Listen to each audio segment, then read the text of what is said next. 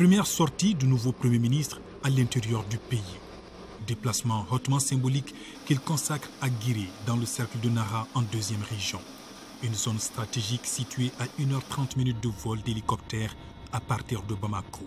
Ici, une position de l'armée a été récemment la cible d'une attaque terroriste.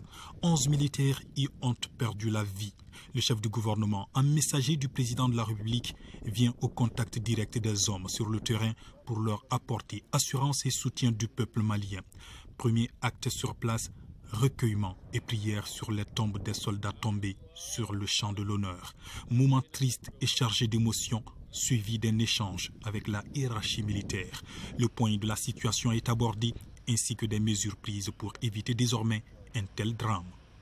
La troupe a retrouvé un moral depuis notre arrivée le lundi.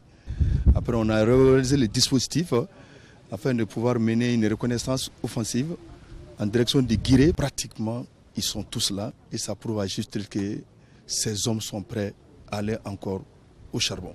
J'étais effectivement venu rendre hommage aux valeureux soldats qui sont tombés ici à Guiré dans la défense de la patrie.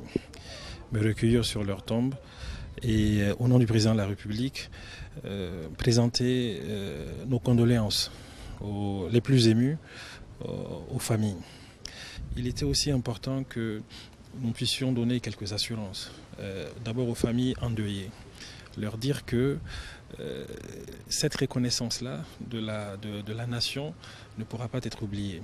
Et elle va se traduire déjà dans la prise en charge des familles. Et deuxièmement, rassurer nos hommes de troupes que les efforts du gouvernement vont continuer pour renforcer leurs capacités, non seulement offensives, mais également défensives, et faire en sorte qu'ils continuent à protéger l'ensemble du territoire et que la paix revienne sur le territoire. Et j'en ai également profité pour faire passer un certain nombre de messages. Ce qui est en face de nous nécessite que chacun se mette ensemble. Chacun aspire à la paix dans notre pays. Sans la paix, nous ne pourrons pas construire ce pays-là. Le Premier ministre s'est entretenu également avec les populations de Guiré. Rencontre au cours de laquelle il s'est agi surtout des préoccupations de la localité. La première difficulté, c'est le problème d'eau se pose avec acuité à Guiré. Donc il va falloir résoudre ça. Ensuite, l'insécurité et l'école. Parce que depuis que les attaques ont eu lieu, les gens, l'école a fermé les portes. Et la santé aussi. Les services de base doivent le plus rapidement retourner sur place pour dispenser des prestations qui aujourd'hui sont des prestations basiques que réclame la population et c'est légitime.